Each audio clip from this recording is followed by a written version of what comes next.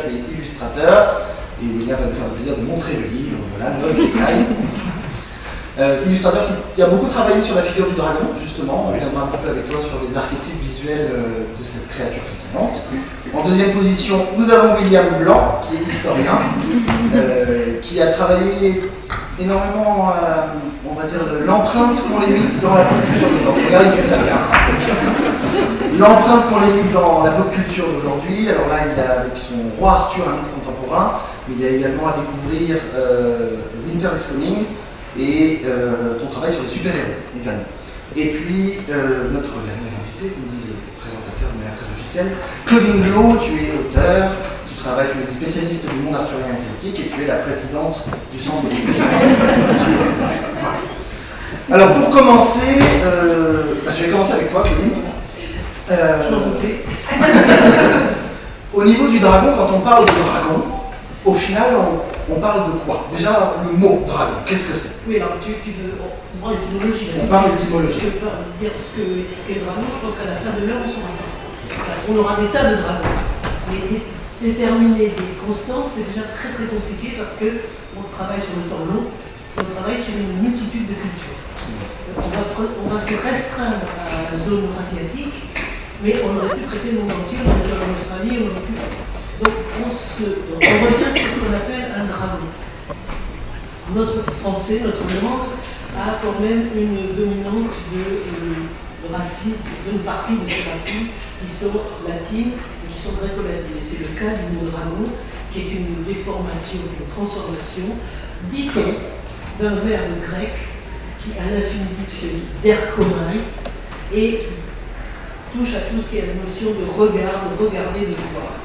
Parce que dans les légendes, dans un certain nombre de légendes grecques, l'œil du dragon est sa première puissance. Avant le feu, avant la griffe, avant l'aile, c'est l'œil qui s'ouvre. Et ça, vous voyez la persistance de cette histoire, parce qu'entre les travaux d'Hercule, les yeux, les têtes de mer, entre la quête du dragon Ladon qui dort et qui, quand il ouvre son œil, là c'est aux abris du monde, parce que ça va aller très très mal, on a cet œil, et vous allez le retrouver où de nos jours, cet œil, chez qui?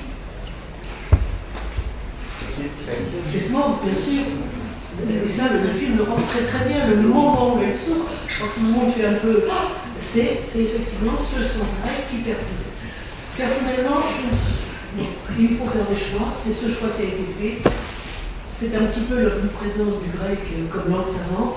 Est-ce la seule possibilité pour le dragon? La créature est tellement multiple, et ses rôles également, que voilà, on va rester sur l'erkomai, sur le regard, et on révèle beaucoup d'autres choses. Oui, tu disais au tout début qu'effectivement c'est une créature qu'on retrouve et dans le monde asiatique, mais partout. Donc nous on va essayer de se concentrer, pour pas qu'on reste ici 3 heures, de se concentrer sur le domaine européen. Même avec ça, c'est pas Même avec ça. Alors au niveau du domaine, on va dire indo-européen, donc on va englober assez large, est-ce qu'on peut déterminer une première apparition du dragon? Alors, si on prend le domaine indo-européen, avant l'ère commune, comme on dit aujourd'hui, AEC, quelque chose comme ça, avant l'ère commune, c'est AEC depuis quelque temps. Donc bon, bref, peu importe. On va avoir d'un côté, 5e siècle, la Grèce classique, des récits grecs, qui reprennent des textes plus anciens, qu'on peut faire remonter à un siècle ou deux avant, où on a des animaux fantastiques, et donc, entre autres, c'est le dragon qui rencontre les héros, que doivent rencontrer les héros, parce que, quelque part, le dragon fait le héros.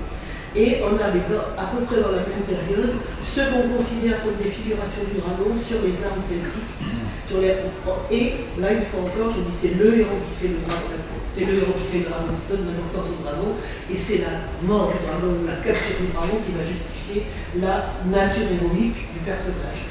Et pour le domaine celtique, ce sont quand même sur des armes. Donc on voit tout de suite, me semble-t-il, une liaison, un lien entre le guerrier et le dragon. Par contre, bien avant ça, et là je vais rester sur le bord de ça, parce que si on rentre dans ce monde-là, on fera ça dans le reste, il y a bien sûr tous les dragons hindous. Le dragon, entre autres, je pense à Bertra, qu'il faut tuer, qu'il faut qu'il se transforme. Et là, on voit bien que le dragon, le serpent, l'habitant des eaux le plus souvent, est très très important. Et vous allez retrouver cette transformation-là sous une autre forme dans le bouddhisme, avec entre autres, dans tout le panthéon croisé, croisant sur le bouddhisme et l'hindouisme, vous avez la figure entre autres du Naja Rimana, enfin le Naga, ce personnage fait plusieurs têtes et plusieurs bras et qui sert à la fois, mais qui là n'est pas du tout. Bertra est tué, Bertra il y a un combat. Par contre, le Naja est protecteur. Le Naja remonte les eaux, porte le dieu, protège Bouddha, met en situation de mener son éveil à bien, fait flotter les êtres de la création sur les eaux. C'est pour ça qu'on va peut-être pas mélanger, parce que le sujet à ce moment-là va devenir peut-être un peu vaste. Par contre, dans le monde indo-européen et le monde indo-européen de l'Ouest, c'est vrai qu'il y a quand même ce rapprochement qui est presque permanent entre le personnage de guerrier roi, parce qu'on est là clairement sur une partie de la tripartition, le roi guerrier sacré des guerriers, donc deuxième fonction, et c'est avec lui que le dragon est lié. C'est pas avec la première fonction, puissance divinité. C'est vraiment une puissance qui est liée à la puissance de guerre, mais en se gardant bien oublier que le roi a aussi une sacralité. Donc, et pour voir un petit peu, quand on dresse, on va essayer de dresser un genre de portrait rigolo du dragon, parce qu'on a un peu dans notre imaginaire. On a une évolution de forme. Alors William, je me tourne vers toi. Visuellement, on a un peu tous et toutes une image d'épinal du dragon, parce qu'après j'aimerais en parler aussi avec toi Loïc sur comment est-ce qu'on construit visuellement un dragon. À quoi ressemblaient les premiers dragons et à quoi ressemblent-ils aujourd'hui? Alors là, il y a aussi un autre truc en fait, ça je vais pas avec ton intro, il y a aussi un élément qui est important, c'est que le dragon, une des portes d'entrée du dragon, on va dire en Europe de l'Ouest, c'est aussi la Bible. Parce que la Bible, le truc, c'est que, vu que la Bible, en tout cas l'Ancien Testament, est écrit en hébreu, et en Ancien Testament, il y a plein de mots en fait, qui vont désigner des monstres, plusieurs monstres dans la Bible, là, notamment un mot qui s'appelle Tavin en hébreu ancien. Et quand on va traduire l'Ancien Testament en grec ancien, donc pendant la Septante au 3e siècle avant notre ère, ils vont traduire tous ces termes-là qui veulent dire plein de choses en fait. Ils vont traduire ça par dragon, voilà. Et puis quand on va traduire après la Bible, et d'ailleurs le Nouveau Testament qui lui est écrit directement en grec, on va faire le serpent de la Genèse, hein, donc vous savez celui qui l'homme réconciliant. Donc voilà, et donc ce serpent-là, quand on va le retrouver dans l'Apocalypse, en fait, l'Apocalypse de Jean, va être désigné comme un dragon. Ce qui fait qu'en fait, il va y avoir un sens supplémentaire, parce qu'en effet, tu as raison, c'est que le guerrier qui va vaincre le dragon, ou l'amadoué, et on va avoir un sens supplémentaire, le dragon va devenir l'incarnation du mal, en fait, du péché. En fait. Et ce qui fait que là, par contre, on a une nouvelle porte qui est ouverte par le christianisme, où là, c'est un sens encore différent. Là, il y a deux choses dans ce que tu dis, c'est-à-dire qu'il y a cette notion de mal, et de mal au sens moral. Oui, tout à fait. Complètement, tu vas voir. Voilà, parce que le terme, les mots sont interchangeables au Moyen-Âge. Complètement, parce qu'en plus, par-dessus le marché, d'ailleurs, même chez Film Ancien, on va dire le dragon, vous allez avoir des nefs, ce qui est important de comprendre, c'est que au Moyen-Âge, les gens croient que le dragon existe. Alors, c'est pas qu'ils sont débiles en fait, hein. C'est juste qu'en fait ils disent voilà, le dragon existe, on n'en a jamais vu. Alors vous allez me dire, ils n'en ont jamais vu, c'est pour les expliquer, on n'a jamais vu un atome, hein. Je crois que ça existe, ça existe les atomes. Mais le truc c'est que, et en fait le truc c'est que, ce qui est intéressant c'est que justement, ils vont croire que le dragon existe, mais pour eux il existe loin. Donc en Inde, hein, ça s'appelle l'Inde d'Éthiopie, donc c'est très loin, ou alors il y a très longtemps. C'est un peu. Je peux mettre un peu, mais il y a ce truc très facilement des cartes, dans les blancs des cartes, X ou Draconis. Ouais, c'est là les dragons, c'est-à-dire sur les marches du monde et des dragons. Donc, ce qu'on retrouve d'ailleurs dans un jeu comme The Witcher 3. Dans The Witcher 3, quand on avance, quand on arrive au bord du jeu, en fait, il est marqué, vous ne pouvez pas aller plus loin, c'est là où il y a les dragons. C'est un truc qu'on retrouve dans The Witcher 3. Ça n'a rien à voir. Juste mis en rétabli la poêle. Alors, donc, le truc, c'est que ce qui est assez. Enfin voilà, pour eux, le dragon est un serpent. Ce qui fait qu'en grec, en fait, on peut désigner, il y a le terme office pour dire. Office pour dire. Ophidien, voilà, pour désigner les serpents, mais voilà, donc c'est un peu un terme interchangeable. Ce qui fait que, dans l'univers médiéval, ça va être le bordel le plus complet. Il va y avoir des dragons qui vont avoir 40 visages. Alors, il y a des dragons qui vont avoir des têtes de cochon, par exemple. Il y a des dragons qui vont avoir, même carrément, ils vont être représentés dans des démons, en fait.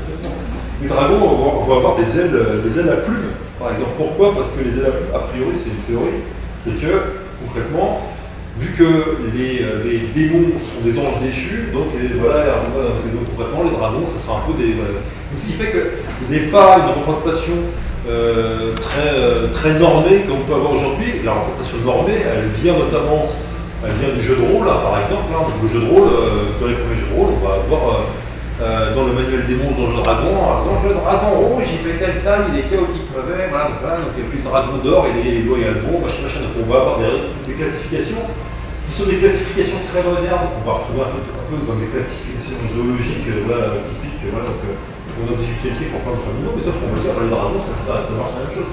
Au Moyen-Âge, le dragon, c'est le foutoir le plus absolu. Justement, tu dis foutoir, il y a une notion très forte au Moyen-Âge, c'est que c'est un animal composite.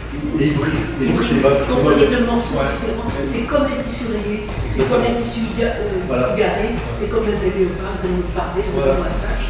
Et rien que ça indique méfiance. C'est ça, c'est ce que c'est pas trop. Et alors, ce qui est assez marrant, c'est que on va avoir aussi, c'est un truc qui n'est pas très connu en fait, mais on va avoir, donc en effet, pas mal. Alors après, on va avoir aussi par exemple des saints en fait, qui vont dompter des dragons ou des simi-dragons comme la Taras, le Tarascon, qui est dompté par Saint-Plat, qui est bien dompté en fait, c'est important, elle ne tue pas. Et il va y avoir plein de légendes comme ça qui vont se développer au Moyen-Âge. On va avoir des saints locaux qui vont dompter le dragon. Alors là, c'est un peu le héros civilisateur qui a dompté la nature. Voilà, le héros civilisateur qui a dompté la nature. Mais ce qui est marrant, c'est qu'on va avoir dans des villes médiévales carrément des espèces de carnaval, en fait, des processions qui vont se rappeler de ça. Et donc, il faut imaginer que dans plein de villes médiévales, en France ou en Europe, en fait, vous avez une balade des dragons. En fait, voilà, on balade des dragons de Nausier pour se rappeler en fait, du fait que le 5 est généralement le premier évêque du coin, ou le deuxième ou le troisième. Et donc, un dragon, il vient par exemple à Paris, il s'appelle Marcel, Saint-Marcel. Et ce qui est marrant, c'est que dans les villes médiévales, ça, c'est Jacques Le Goff, un médiéviste qui a étudié ça il y a pas mal d'années, en fait, les fins d'article là-dessus, c'était le dragon, en tout cas le dragon aussi, devient en fait la star de la procession. Donc, ce qui fait que les gens, ils vont même faire des dragons articulés, ou des dragons de la bouche, la gueule, et tout, et les gens vont jeter, et des textes comme ça, on voit les gens qui jettent, on voit les textes qui que les gens jetaient des pains, le miel, le dragon, donc voilà. Comme pour un peu, parce que ça devient un peu la star, c'est vrai que dans certaines films, le dragon va devenir en fait l'emblème de la ville, le cas le plus connu, c'est Metz avec le dragon. Vous avez le FC Metz, pour ceux qui suivent le foot, leur écusson, s'il y a un dragon dessus, c'est parce qu'en fait, c'est le dragon de devenu le symbole. Et on voit ça encore pas loin d'ici, à Mons. Oui, à Mons, bien sûr. Bien sûr. Et quand on peut piquer les bien sûr. gamins, c'est d'attraper ça. C'est la même chose en fait, les géants professionnels de Belgique, c'est à peu près le même principe en fait. Donc, ça c'est assez marrant. Alors, vous me dites tous les deux qu'au final le dragon il est multiforme, il est hybride, il est chimérique, Alors Loïc, je me tourne vers toi puisque toi tu illustres, tu crées avec ton travail de dragon. Alors au milieu de toutes ces chimères, de tout ce foutoir médiéval, comment est-ce qu'on s'y retrouve et surtout d'où viennent pour toi tes inspirations quand tu construis un dragon? Alors concrètement pour moi le dragon c'est ça, c'est une mixité, une multitude de formes qu'on connaît. Donc pour ça, pour le rendre crédible, on va dire, et vivant sur l'illustration, concrètement je me sers d'un tonneau et qu'on connaît d'oiseaux. Donc de squelettes, de morphologie d'oiseaux, de chevaux. Voilà, des formes que tout le monde connaît, voilà. Il faut vraiment faire cet animal dans les rajoutant des détails. C'est vraiment un assemblage comme on disait. On retrouve plusieurs choses, voilà, c'est par le monde pour pouvoir. Et pourquoi dessiner des dragons? Voilà, la puissance, la majesté, se dégager en termes de dangerosité aussi. Souvent, le cas de fasciné, c'est par le côté néfaste, souvent de la créature.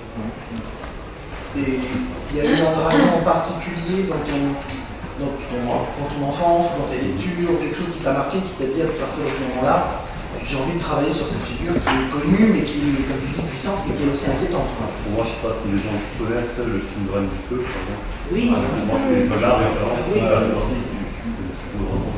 Le film appelle pour moi, c'est vraiment le dragon. C'est vrai que je retrouve, ça me choque pas qu'on dise ça, qu'on retrouve dans la puissance de tes dragons, mais on trouve aussi un certain nombre d'archétypes maintenant dans l'imaginaire collectif, quand on regarde un peu les œuvres de l'époque culture qui sortent, et William, je vais tourner vers toi pour cette partie-là, on retrouve un peu un portrait robot du dragon. Pourquoi est-ce qu'aujourd'hui il prend plus souvent, pas toujours, mais plus souvent cette forme-là, comme disait Loïc, on pense au règne du feu, je pense à Cœur de Dragon, je pense à plus récemment Game of Thrones ou le travail de Tolkien. Qu'est-ce qui fait à ton avis qu'on a gardé cette forme-là? Alors là, le côté écailleux, c'est un peu en fait, en gros, c'est les trucs serpents, voilà, le lien avec le serpent reptilien qu'on a, puis pareil, le fait de cracher du feu, à mon avis. Comme tu dis, parce qu'en effet, dans les textes antiques, c'est plutôt le regard, en fait. C'est vraiment le regard qui est important chez le dragon, ou chez les grands serpents, par exemple. Quand c'est à Python, le serpent qui affronte Apollon. Après, le feu, à mon avis, ça vient plus au Moyen-Âge, où en effet, on associe ça de plus en plus au côté maléfique, donc les flammes de l'enfer. Il y a un texte qui est assez marrant, que j'avais exhumé avec un collègue, où on voyait Charles Martel, en fait, qui ouvrait un texte du 9e siècle, on ouvrait la tombe de Charles Martel, et puis il avait commis plein de péchés, donc il y a un dragon qui sortait de sa tombe. Sa tombe qui est encore, je ne sais pas vérifier si C'est quand même tout. c'est cramé, en effet, c'est cramé.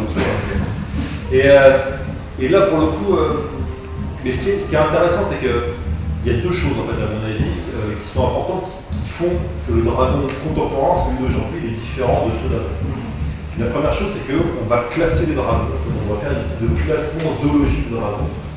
Ce qui n'existait pas, en fait, ce qui existait un petit peu au Moyen-Âge, mais c'est pas jusqu'au point aujourd'hui, en effet, on va classer les dragons par taille, ça vient avec les bestiaires de jeux de rôle, des trucs comme ça, où là, pour le coup, on a. Voilà. Ça, c'est une première chose. Et deuxième chose, il y a une évolution centrale et majeure dans la représentation du dragon, c'est que chez Tolkien encore, avec Smaug, comme tu l'as dit, le dragon il est maléfique. Bon, Smaug, c'est pas quelqu'un avec qui on a envie de prendre un thé, voilà, vous avez thé, c'est pas. Voilà. Au pire, on va lui conseiller un bon psychiatre, hein, mais voilà. Pour psychiatre, il faut avoir un psychiatre qui va être d'accord, mais ce qui est intéressant, c'est qu'à partir des années 60, il y a une évolution majeure dans le dragon. Le premier, c'est que le dragon devient un compagnon, une monture, et ça, c'est tout nouveau. Ça vient avec notamment la balade de Perle d'Anna Kafka, dont le premier roman sort en 68, si vous vous souvenez bien. Donc là, vous avez des dragons qui sont littéralement qui servent de monture à des chevaliers, donc là, c'est assez nouveau, hein, pour le coup, ça n'existait pas trop avant. C'est ça, le premier truc. Et second truc, il va y avoir l'idée que les dragons, en fin de compte, sont des personnages plus complexes que l'image, genre bonjour, je prends un petit peu, voilà, je détruis tout. Et ça vient notamment avec un roman qui s'appelle Le Dragon de Georges. Il y a eu un film, c'est adapté en film dans les années 80. En fait, c'est l'histoire d'un historien médiéviste en fait, qui est transporté dans un monde imaginaire médiéval, enfin pseudo-médiéval, un monde de fantaisie, et il s'incarne dans un dragon. J'ai beau faire 15 ans d'histoire médiévale, ça m'est jamais arrivé. Ouais, un jour, ouais. Et donc, comme ça, je pourrais faire cuire mes rôtis tout seul. Voilà. Et ça, c'est assez marrant parce que là, pour le coup, on s'aperçoit qu'on a une représentation complètement différente. Et il y a un autre truc, c'est que là, j'ai amené justement des images que j'aime bien, ces images qui ont bercé mon enfance. Vous avez par exemple Donjons et Dragons. Alors, Donjons et Dragons, c'est le premier jeu de rôle. Voilà. Donc, 74, créé par Gary Gygax, en fait, avec illustration de l'art et le mort, là, en fait, absolument incroyable. C'est la première boîte de jeu de rôle que j'ai acheté chez vous. Et en fait, ce qui est marrant, c'est que rien que le terme du jeu de rôle, Donjons et Dragons, c'est en fait le lieu, le monde imaginaire où on va vivre l'aventure. C'est un lieu où il y a des donjons, donc des châteaux, et puis des dragons. Dungeons and Dragons. C'est plein de dragons. Voilà. C'est deux sous-sols, c'est des souterrains. Voilà. C'est encore plus sombre et. Là où c'est marrant, c'est qu'en fait, dans ce truc-là, c'est que, en fin de compte, le dragon, ça devient une représentation du monde imaginaire, pas de l'inverse de notre monde. Ça devient l'incarnation du fantastique et du rêve. Du rêve, en fait, on va s'échapper du monde moderne, en fait, à travers Et ce qui fait que littéralement, en fait, le dragon devient un personnage philosophique. Et d'autant plus qu'il y a le développement aussi de toute la pensée écolo, de la pensée protection des animaux autour par la transmission. Et ce qui fait que, en fait, le dragon, ça commence à incarner ça. Et l'aboutissement, à mon avis, de ça, mais on n'est pas encore, à mon avis, on n'est pas au bout, c'est que, dans de plus en plus de jeux, on peut jouer des dragons. On peut jouer dans Donjons et Dragons, on peut jouer un Dragonborn, donc un dragon humanoïde. Et deux, les dragons sont cool, en fait, c'est les compagnons de jeu des enfants, et là c'est Hauptschön Dragon, C'est Krogmout. C'est grand. Krogmout, qui en plus a un truc très important, c'est que moi, il y a le regard qui est important dans les dragons, mais l'autre truc qui est important, c'est les crocs. Et là, évidemment, Krogmout, il a plus de crocs. Il a un grand truc, et donc et en plus, il est un peu estropié, donc il y a un côté, genre, pas compte, de part d'un dragon, il est tout rond et tout, en effet. Donc, et là, c'est hyper intéressant. Et moi, je pense que ça, ce qui est marrant, c'est qu'en fait, on retrouve parce que il y a aussi un autre truc. Moi, j'ai commencé à le parcourir ce matin, donc j'ai pas tout lu, mais je trouve ça passionnant parce que il y a aussi un truc qui est important dans ton bouquin, c'est la chasse au dragon. Et par exemple, il y a aussi justement l'aspect. Moi, ça me rappelle Cœur de Dragon, qui est un film, c'est pareil, qui a plein de défauts, mais qui est hyper intéressant parce que là, les dragons sont chassés. C'est la fin de la magie d'un culte qui est chassé par le monde moderne. Qu'on retrouve un peu dans Game of Thrones aussi. Voilà. Mais ça, je trouve que toi, il y a peut-être un aspect, que je me trompe, mais ce que j'aimerais avoir ton opinion, c'est l'aspect un peu de. Parce qu'il y a un aspect comme ça aussi dans l'histoire, qui est ensuite la chasse au dragon. Donc, alors tu mets un terme allemand, là, le Draken, je ne sais plus quoi, en fait, le Draken d'Amrond, en fait, ça c'est justement. D'accord. Et c'est intéressant parce que le truc, c'est que c'est. Est-ce que la chasse, pour toi, c'est un peu comme dans Cœur de Dragon, où c'est la magie qui disparaît, ou c'est une espèce de. Ou c'est un peu autre chose? Parce que c'est pas vraiment ça. Mais concrètement, c'était plus pour passer le récit linéaire, donc du récit. Mais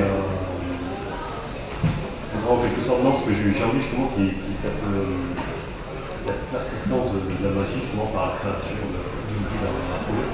D'accord. Qui me permet dans la vue. J'ai pas vraiment ça s'arrête. Cette magie-là s'arrête.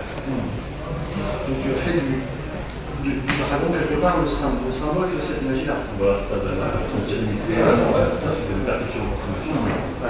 Alors Claudine, pour revenir un petit peu aussi sur le côté origine, et puis on va parler quand même de l'univers arthurien, Ah bon? on n'est pas vraiment passé à côté. Au Moyen-Âge, quand on a on va dire l'âge d'or des récits arthuriens, on a une présence du dragon qui n'est pas si évidente que ça, qui est très commune. Alors aujourd'hui, d'abord, on voit bien l'intérêt du dragon. Dans Blond, dans Roman, dans Borg, aussi, dans les Moyen-Âge, dans les récits je mets dedans les escaliers, c'est difficile à éviter, je ne suis pas du tout à les écouter. Et c'est vrai que le dragon est présent dans le récit arthurien. Au premier abord, j'ai pris des dragons partout. Donc oui, il peut y avoir des dragons partout, parce qu'il y a un dragon, comme on vient de le voir, une espèce de figure obligée, de passage obligé du chemin aventurier. Tu t'as pas tué un dragon, de le présenter par un autre, tu vas être jeté, tu n'auras jamais de jeune fille à tomber dans tes bras. Ce dragon-là, c'est vraiment des utilités. C'est une épreuve C'est une initiatique. épreuve, appel initiatique. C'est une épreuve sur le chemin de l'épreuve initiatique. C'est le chemin qui va être l'épreuve initiatique. Le dragon est un accident qu'il faut franchir. Voilà. Donc là, on va les laisser un petit peu de côté. Moi, je vais plutôt aller vers ce dragon qui est quand même très intriguant parce que ce soit les romans de Arthur, que ce soit les récits de Marie gallois, que ce soit même quelques échos irlandais, on est toujours, et là j'insiste là-dessus parce que ça ne sert à rien de se raconter des blagues, on est toujours dans un monde écrit par des gens qui sont chrétiens. On est bien d'accord. Il ne faut pas s'imaginer qu'il y a une crypto-machin et du bruit caché, du païen sournois. Donc, vu les cours, vu les endroits où on écrivait, c'est juste. C'est du roman. Alors, on aime bien le roman, mais parfois il faut le laisser à sa place. Et là, on va lui laisser. Donc, je dis, les gens qui écrivent à ce moment-là transmettent quelque chose. Par le dragon, ils ne sont pas là pour y croire, ils n'y croient pas. Donc, mais on a dans ces textes, qui sont des textes de récréation, qui sont quand même en général des textes de fiction. Le roman, c'est quand même ça, c'est l'écriture le récit pour le plaisir, il est destiné ni à édifier, ni à apprendre, ni à commémorer, mais on a quand même dans ces récits des morceaux entiers, des pans entiers de vieilles croyances. Et ce drame-là, quand on prend du recul, on se dit il est présent. Et il est même très premier. Il est même très premier, et dans l'aventure arthurienne, tout le monde dit dragon, Merlin, tu vois ce que tu disais, il y a le rouge et il y a le blanc. Faisons pas pour le point de vue, on n'est pas encore là, mais il y a cette histoire du dragon rouge et du dragon blanc. Et on se dit, bon ben ça c'est une jolie histoire pour installer un personnage. C'est vrai aussi, parce qu'il ne faut jamais oublier, je disais, on est dans un monde chrétien, et on est dans un monde qui est en train de découvrir les forces de la fiction. On est toujours dedans, on est toujours dedans. Et l'auteur du Moyen Âge, je suppose, même anonyme, comme l'auteur d'aujourd'hui, eh bien, les nécessités de la diégèse font qu'il va avoir besoin de ces personnages-là. Mais pour le dragon arthurien, c'est un petit peu particulier, parce qu'il arrive là, il est quand même au IIe siècle, il est déjà là chez Nennius.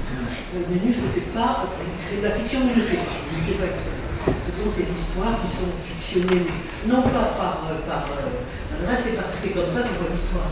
C'est parce que l'histoire est aussi une histoire qu'on raconte. C'est pas de la chronique, c'est une histoire. Et ces dragons-là sont présents. Donc on se dit que c'est quand même quelque chose de très ancien. Donc c'est là qu'on peut s'autoriser à dire, dans ces peuples celtiques, dans une bonne partie des peuples indo-européens, et je dirais même eurasiatiques, parce que ça en est jusqu'au Japon, il y a donc un très très vieux dragon. Et ce très très vieux dragon a quand même cet équivoque d'être l'animal qu'on chasse, l'animal qu'il faut vaincre, mais l'animal aussi qui vous protège. Vous avez toujours ces deux visages du dragon. Et clairement dans les légendes arthuriennes, il y a le dragon est propice. Le dragon est un animal qui va protéger, qui va désigner le bon roi, le bon guerrier, le bon chevalier éventuellement. Mais il n'y a pas de familiarité. C'est-à-dire qu'on n'est pas dans la génération commune, justement. Il y a une distance, il y a ce mystère d'un dragon qui apparaît, qui délivre un message, on ne sait pas vraiment lequel. Alors, très habilement, les auteurs ont choisi Merlin, qui est au moins aussi mystérieux que le dragon. C'est à peu près, dans la légende arthurienne, le seul qui puisse interpréter le dragon. Et d'ailleurs, on remarquerait que c'est en général en sa présence, quand il est dans les environs, que le dragon se montre. Le dragon se montre pratiquement jamais, à part une fois on songe à Arthur. Le dragon se montre, il est antérieur, il est premier, il est à la base. C'est Uther qui a fait le dragon. Merlin va l'expliquer, et avant ça, avant Uther, il y a Vortigern qui a quand même des petits problèmes avec les dragons, mais on soit la couleur, ça c'est un animal pour lui. Et la question c'est toujours, mais les dragons de Vortigern, où sont-ils? Pourquoi tout d'un coup, là, on arrive dans le trou, vous avez trouvé des dragons. Et là, on retrouve, et c'est là le côté panceltique qui est assez intéressant aussi, on retrouve ça dans les Babyloniens, avec le discours, enfin le récit, je vais le dire à la française, sinon je vous crache dessus, le discours de l'une et de l'héroïste. Le gallois, c'est... Le gallois, le double N est très amusant à prononcer, surtout quand on a mangé beaucoup de choses comme ça. Donc, et là, on vous explique pourquoi ils sont là, et c'est encore une histoire de souveraineté, de roi et de guerrier. C'est-à-dire que le royaume, la grande île, est attaquée par un fléau dont on ne connaît pas l'origine. Le roi appelle au secours son frère, qui lui est roi à Paris, très chic lui. Ils se rencontrent au milieu de la mer, parce qu'il y a d'oreilles ennemies, et le roi de Paris a amené son grand sage, qui explique au roi, donc il va falloir creuser un trou au milieu de l'île. La nuit du premier mai, donc vous voyez que quand même dans ces textes médiévaux, et je disais bien écrits dans un univers tout à fait chrétien, il y a quand même, quand on parle de survivance, là on ne peut pas fermer les yeux, on ne peut pas se détourner, c'est pas de la celtomanie, de la celtolatrie de notre part, les textes sont écrits. Et donc la nuit du premier mai, on dit, alors là vous avez tous les éléments qui relient quand même le roi, le sacré, le dragon, le sol, le royaume. Tu creuseras un trou au milieu de l'île, détermine d'abord le lieu exact. Alors le lieu exact, le royaume ne peut pas avoir tout à fait la forme de la Grande-Bretagne parce que le centre exact n'est pas exactement le fin instant, mais passons. Un grand trou. Un grand trou, tu mets au fond un grand chaudron. Les chaudrons, les sérésilas sont plein de chaudrons, plus ou moins magiques, chaudrons de résurrection. Et dans ce chaudron, tu mets quoi? De l'hydromel. Qu'est-ce que c'est l'hydromel? C'est pas que du chuchet. C'est une boisson sacrée. C'est aussi l'ambroisie des Grecs, c'est aussi il y a autour de ce miel fermenté toute une mythologie, toute une sacralité qui en fait l'équivalent, je ne vais pas choquer personne, mais dans la nouvelle, c'est pas une boisson courante, elle a été transformée, elle est transformée par l'usage auquel elle est destinée. Donc tu remplis ça, tu mets un très beau manteau dessus, pouf, et tu te bouches les oreilles du 1er mai et tu vas attendre.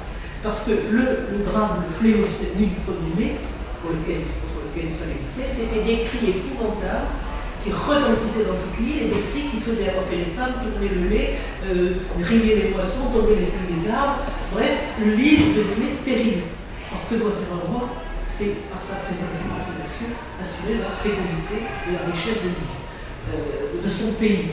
Donc tu vas te boucher les oreilles et il se bouche les oreilles, mais malgré ça, les cris commencent à retentir et il voit, parce qu'il va faire une vision, on va demander, il voit tomber du ciel des formes, des animaux de formes différentes, qui vont adopter des formes différentes, donc de l'aigle, le pourceau, et ils vont finir par tomber sur le manteau sous la forme de 2 pourceaux. Là encore, on est dans une graphie très religieuse, très définie, et vite, on referme le manteau, on prend le chaudron, et on embarque tout ça, et on l'enfonce, on le met dans le sol le plus profond des montagnes du Pays de Galles. Et c'est là que Vortigern va vouloir élever sa tour. Et c'est là qu'on va creuser et retrouver. Et d'ailleurs, dans le récit de Ménus, ce qui est intéressant, c'est qu'il était, lui, en prise directe sur le récit là-bas, parce qu'on ouvre la terre, il mentionne le manteau. C'est le seul qui mentionne ce manteau, donc il trouve qu'il y a bien il pensait qu'il y a bien une continuité.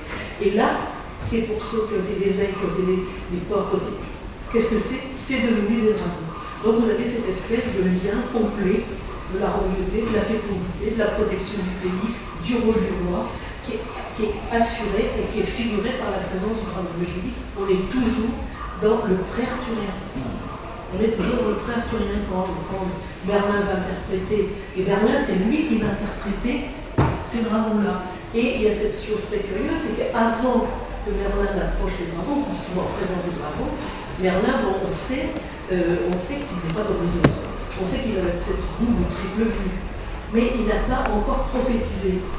Et c'est quand les dragons se seront envolés, battus, tués, entretués, écrasés au sol, c'est là qu'il va commencer à prophétiser le devenir du royaume, comme si sa parole était lâchée par la présence des dragons. Or, traditionnellement, dans les récits de toute l'Eurasie et dans les traditions populaires et dans les fêtes religieuses, le dragon, c'est celui, le lâcheur des eaux. C'est-à-dire que c'est au moment où on a les intercessions du dragon, quand on sait qu'il faut que le dragon réagisse et ouvre la porte des eaux, parce que les eaux, cette mission de fécondité va forcément passer par l'eau. Donc vous voyez, la parole prophétique est assimilée à l'eau, et c'est la présence du dragon qui la déclenche. Donc on a comme ça toute cette figuration. Alors quand on les trouve au hasard au celtique, oui, c'est encore plus celtique, il n'est pas que celtique. Mais il est dit de cette façon-là chez les Celtes et assez clairement. Ça ne veut pas dire qu'il n'y a que qui veut des choses comme ça. Ça veut dire que là, on a la chance d'avoir un corpus, un certain nombre de documents. Et vous allez voir à la suite, dans le domaine arthurien, c'est pareil. Ça va toujours être pratiquement toujours en présence de Merlin que le dragon, quand le roi Hutin, il faut encore plus monte sur le toit du palais, dans la boule de comète en forme de dragon, Merlin vient à côté, lui aussi c'est pour l'avenir, c'est l'avenir de ta lignée. Et Arthur n'aura qu'une seule fois, et c'est là, c'est intéressant aussi, c'est le dernier combat que va mener le roi Arthur, jeune roi, donc guerrier. Après, ça va être une image royale qui va se battre. L'un des derniers combats qu'il mène, c'est quand il va aller sauver la princesse Hélène sur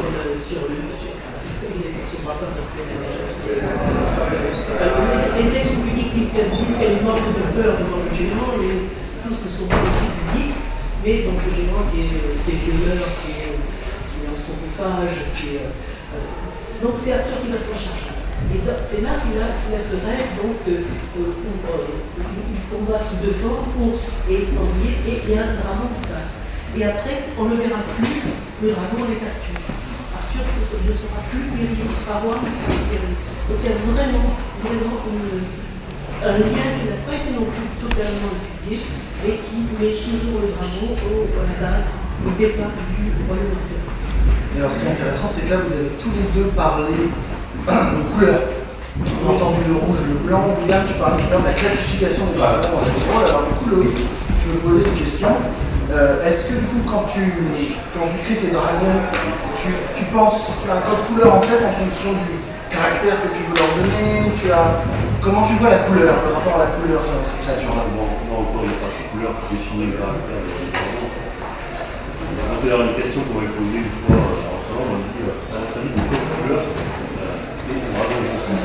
De quelle couleur est un dragon rose? Je ne sais pas si je peux répondre. Je ne sais pas. Donc j'ai retourné, j'ai posé une question. Le premier, c'est une couleur vraiment spécifique qui peut définir un dragon gentil. Pour ma part, je ne sais pas. Dragon, c'est multiforme, multi-couleur. Il n'y a pas de couleur qui définit le caractère. C'est vraiment un visuel que j'ai envie de donner. Une émotion que j'ai envie de retranscrire à travers une couleur, mais pas forcément spécifique au dragon. C'est plus une illustration en général qui fait que ça va renvoyer une émotion. Ou un dragon, toutes les couleurs qu'on peut imaginer. D'ailleurs, on parlait de Crocoon tout à l'heure, il est noir. Il est noir, en fait, on lui a fait une tête sympa. Ouais, mais c'est vrai, je pense que ça peut définir la gentillesse du dragon, c'est plutôt l'absence de crocs et trucs comme ça. Peter et le dragon, c'est pareil, il est un peu comme ça aussi. Après, ouais, après, là-dessus sur les couleurs, en fait, c'est un peu au choix du créateur ou de la créatrice qui va s'emparer du dragon. Et puis, alors ce qui est marrant, juste pour finir sur Guitar Hero, ce qui est assez marrant, c'est que dans les versions contemporaines, c'est pareil, on voit un changement assez radical du dragon. Par exemple, dans le film Excalibur, pour moi, de 81, le dragon, ça va être l'incarnation de Merlin, en fait, c'est de la magie qui disparaît. C'est un peu ça. Oui, voilà, en effet, ouais. Et puis après, par exemple, dans la série Merlin, du missile, il y a un dragon qui est enfermé par le fer. Et voilà, celui qui s'appelle, c'est même c'est pareil, c'est le dragon qui a de la magie qui est enfermé et tout, et que avec Merlin, c'est quoi donc là, pour le coup, c'est assez. C'est que le dragon, on a dit tout à l'heure, il est composite en fait, mais enfin, le dragon, en fait, il est composite aussi dans le sens qu'on va le donner. Donc, ouais, et puis en fait, sur l'histoire de l'histoire médiévale de l'eau qui va venir, c'est un peu pour tout. Même dans les textes médiévaux chrétiens, dans la géographie, en fait, dans les textes dessins. Parce que complètement le dragon s'associe aux forces de la nature. Et concrètement, on fait ça, on va célébrer le dragon, on va raconter l'histoire du dragon au moment du printemps, au moment où on a besoin d'apaiser, que les forces de la nature soient apaisées. C'est pour ça que les fêtes médiévales, enfin l'espèce de procession médiévale avec le dragon, c'est ce qu'on appelle les rogations. Les rogations, c'était en gros, c'était 42 jours après le Pâques. Généralement, c'est une fête de l'île. C'est souvent, mais c'est pour ça qu'on c'est souvent et voilà, et en fait, c'est ce qu'on appelle les saints de glace et tout. Donc, c'est le moment du remous. Peut-être on va il peut y avoir du givre qui va foutre en l'air les récoltes et tout. Donc en fait, on va essayer d'apaiser le dragon en tout disant voilà, bon voilà. Après, mais en effet, vu qu'en fait c'est un animal très complexe. Moi je me rappelle, j'ai un copain qui a fait une thèse sur l'animal dans le Moyen-Âge, et en fait il a évacué trois animaux en fait dans sa thèse parce qu'il dit c'est trop compliqué. Un, c'est le cochon, parce que là c'est un animal qui est très complexe, notamment vis-à-vis des interdits, etc. Et tout. Deux, c'est l'ours, pareil, c'est un animal très complexe. Et trois, c'est le dragon, parce qu'on est à chaque fois face à des animaux en fait qui sont tellement. Ils sont à la fois tellement loin, proches en fait. Voilà, l'ours, on a un cas, il a une tête, il fait un peu comme un humain. Le cochon, c'est un animal super proche et tout, donc c'est un animal très complexe, c'est beaucoup plus proche de l'époque médiévale que les chiens ou les chiens au ménage qui nous s'en foutent, complètement. Enfin, l'animal qu'on voit le plus dans la rue, c'est le cochon. Et le dragon, là, qui pour le coup, est un animal en fait, moins proche, en fait, donc c'est des animaux très complexes, donc on peut. C'est pareil, on pourrait parler aussi par exemple des bannières de dragons, en fait. Donc, puis il y avait déjà dans l'armée romaine, qui est dans l'armée carolingienne, qu'on retrouve enfin dans les textes. Donc c'est des trucs, voilà, c'est extrêmement complexe, comme tu dis, qu'on n'a pas abordé. On n'a même pas abordé. Ce que nous on appelle le dragon, après le problème c'est que c'est autre chose en fait, notamment dans le domaine asiatique, sur la Chine, le Japon. Voilà, donc, alors après, tout le problème c'est nous qui avons fait ça un dragon. Mais voilà, bien sûr. Alors voilà, et donc sauf qu'en fait le truc c'est que c'est pas, si on commence à creuser, on se rend compte que ça n'a pas, en tout cas dans le domaine des éthiques, ça n'a pas grand chose à voir, c'est plus d'une forme d'esprit, de l'air d'ailleurs en l'occurrence, que de l'eau. Il y a la carte, enfin il y en a des quatre, Oui. parce qu'on nous dit, nous, le dragon est une totalité, il rassemble tout, il crache le film dans l'eau. Non, dans les domaines asiatiques, les dragons de l'eau, il y a des dragons de l'eau, c'est plus sérieux. Et autre chose, quand vous parlez de Sangha et tout ça, même le dragon de l'eau, il n'est pas Sangha, il n'y a pas d'interaction avec lui, il a un boulot à faire si tu veux. Il incarne quelque chose, mais il n'y a pas de familiarité, même avec Merlin, même s'il est capable de décrypter le langage d'apparition du dragon, il n'y a pas, il n'y a aucune proximité. Comme ça vient sur la proximité que le dragon, on a un peu l'idée que les animaux, il faut les protéger, c'est nos copains et tout, voilà, donc voilà, il y a un peu cette idée-là qui va de pair avec notre crainte, qui est une crainte très contemporaine vis-à-vis de l'écologie, de la nature et tout, donc ça c'est un truc, c'est nouveau. Voilà. Et ce que tu retrouves aussi par rapport à la nature, et qu'on peut considérer comme lié du moins dans les origines du domaine celtique, c'est que vous parliez de où on essaie de cette propitiation avec le dragon, mais on essaie de se protéger, mais on essaie aussi de le réveiller, parce qu'il faut qu'il soit réveillé. Donc on le réveille au mois de mai, et il se recouche à la Toussaint. C'est-à-dire que c'est la saison claire. Oui, ça c'est voilà. Puis on le réveille pas trop, parce que sinon après ça fait des crues. Oui, si on ne le réveille pas du tout, on est dans cette chaise. C'est assez délicat de nous. Alors on va garder quelques minutes si dans l'Assemblée il y a des questions. C'est le moment de les poser. Après, vous savez, je tape 3 fois. On est bien jugé. Non, on est dans un tribunal, ils sont des petits. Est-ce que vous avez des questions? N'ayez pas peur. Je crois que quelqu'un m'a posé une question tout à l'heure. Monsieur. Oui, moi je me demandais s'il avait l'origine aussi des dragons, des fois dû en partie à la découverte notamment peut-être de restes paléontologiques, des animaux préhistoriques. Là-dessus, il y a justement le Goff, il en parle dans son article, là, donc sur Saint-Marcel et le dragon, c'était une thèse. C'était une thèse en fait qui avait lieu au 19e siècle, une thèse très positive, en disant voilà, les gens du Moyen-Âge sont un peu teubés, donc en fait ils ont trouvé des gros nonos et donc ils ont dit que c'était le dragon. Mais en fait, le truc c'est que c'est pas. C'est tout bêtement. Il faut croire, encore une fois, mais pour le coup, c'est les textes de l'époque qui me renseignent. Ils croyaient sincèrement au dragon et que ça existait. Donc voilà. Après, il y a des gens qui vont dire ouais, c'est des gros alligators. Mais enfin bon, non, les gros alligators, ils n'ont pas d'aile. Ou alors, on a beaucoup lu, peut-être. Non, il faut croire en fait que ces gens-là, ils ont inventé une créature qui faisait sens pour eux. Mais en fin de compte, c'est pas la même chose qu'aujourd'hui. Mais en fin de compte, je pense sincèrement que les dragons aujourd'hui, les dragons sont partout. En fait. Aujourd'hui, il y a des dragons partout. Même là, voilà. Donc, je crois qu'il n'y en a jamais tant. Il n'y en a jamais. Oui, sincèrement, il y en a partout. Enfin, même là, maintenant à Metz, ils ont même carrément fait une mascotte de l'équipe de foot, c'est le dragon. Donc c'est un peu. Et donc, il y a des dragons partout. On sait pertinemment que ces créatures-là n'existent pas, mais là, après, on peut prendre un peu ce qu'on appelle un point de vue postmoderne, en sachant que le fait, ils existent parce qu'ils sont là, et on en a besoin quelque part pour exprimer quelque chose, une crainte vis-à-vis de la nature, voilà, une espèce de conscience vis-à-vis d'un truc qui a disparu. Là, c'est intéressant quand tu dis que mon dragon il vit dans la forêt. Bah, tu vois, c'est encore une fois, dragon égale nature, voilà, donc en plus c'est en marge de la ville, c'est loin de la ville, la forêt, quoi, même dans un monde médiéval. Donc il y a un peu l'idée que le dragon c'est quelque chose qui est au loin, quoi. Mais, donc, je pense que c'est dès le Moyen-Âge, enfin, voilà, il n'y a pas besoin de dire c'est un fou dinosaure, c'est un espèce de dinosaure, en fait. Non, c'est une créature qui est inventée, en fait, voilà, et qui sert en fait à dire des choses. En fait, par contre, ce qui est important de savoir, c'est que ça dit des choses différentes à chaque époque. Chaque époque va créer son dragon, voilà, en fonction des besoins de l'époque, en fonction des peurs, des craintes, des espoirs de chaque époque. Donc là, au Moyen-Âge, on n'imagine pas le même dragon qu'aujourd'hui, honnêtement. En tout cas, on ne met pas le même sens au dragon d'aujourd'hui qu'au Moyen-Âge. C'est normal, on n'est pas face à la même réalité en fait. On n'est pas face au même monde. Il y a une chose très intéressante à faire, parce que tu parlais ça tout à l'heure, on a parfois le dragon humain à la partie humaine, et on voit très bien ça dans la statuaire Saint-Michel, parce que bon, il y a quand même les saints gentils, c'est-à-dire les saints peut-être de nos régions qui ont tendance à lier le dragon, à dire va te faire oublier ailleurs, si tu veux te jeter à l'eau, ça nous arrange bien. Et puis il y a ceux qui transfixent. En gros, c'est quand même Georges et Michel les meilleurs dans le rôle. C'est-à-dire qu'ils le transfixent et qu'ils le fixent au sol avec une arme en métal, c'est comme s'il avait transféré la force du dragon comme l'électricité non opérationnelle, l'envoyer dans le sol. Et le dragon, il est un peu mort. Georges, c'est un peu un croisement, parce que Georges, il va d'abord lever le dragon, Oui, il va le ramener dans la ville, oui, et puis en fait, il va dire, parce que les gens de la ville étaient païens, puis il va dire aux gens, mais en fait, vous avez vu, grâce à Dieu, moi j'ai monté le dragon, donc c'est bon, maintenant je peux le buter, bah, il bute devant tout le monde, voilà. Et voilà, c'est un peu genre pour dire, voilà. Mais encore une fois, on est dans un côté très chrétien, genre c'est Et la puis ça a été réécrit, parce que l'album de Saint-Georges.